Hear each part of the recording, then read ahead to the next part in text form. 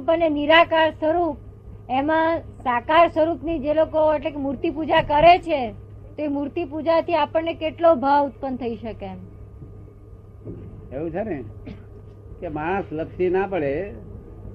માણસ આ હિન્દુસ્તાન લોકો ડેવલપ થયેલા લપસી ના પડે એટલા માટે અહીં મૂર્તિ પૂજાનું સ્થાન મૂક્યું છે કે ભાઈ હા દેરાસર લાગે તારે એને યાદ આવે, નહીં તો બજારમાં ફરિયાદ કરતો હોય, ભમ્યા જ કરે. જો દેરાસર ના આવે તો બજારમાં આખો દાડો ભમ્યા જ કરે, પણ દેરાસર એ ભગવાન આવ્યા છે, ભગવાન દર્શન કરે.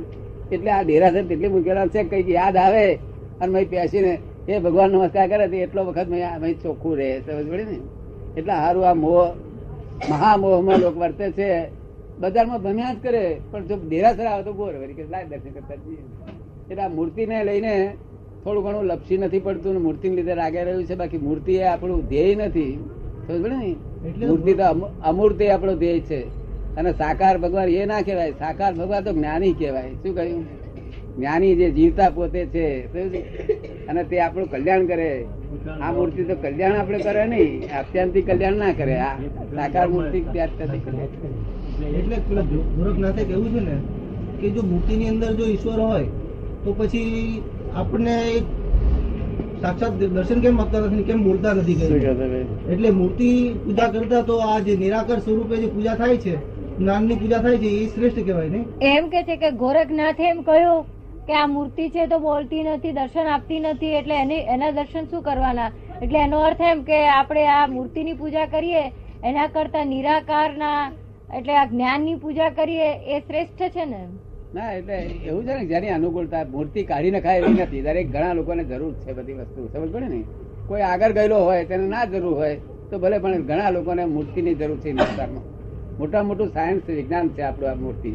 નહીં તો હા યાદ જ ના આવે. આખો દાડો ડેરાસર કે મંદિર ના હોય ને તો કશું યાદ જ ના આવે.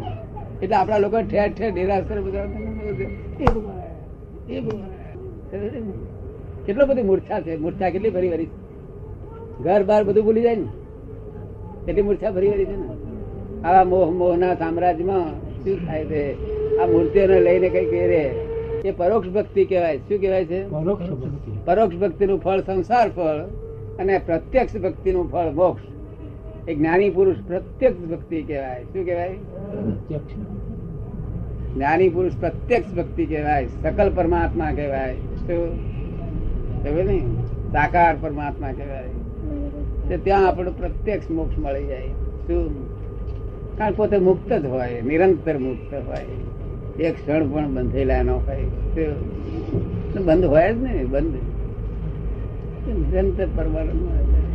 એમને અડે ને તેને શાંતિ થઈ જાય. અડે તો હોય, જુએ તો શાંતિ થઈ જાય. કૃપાળદેવ તો બધું બહુ લખ્યું, પણ સમજણ પડી જાય ને. આ વાક્ય યાદ નહીં રહેતું લોકોને બીજું કઈ શોધમાં.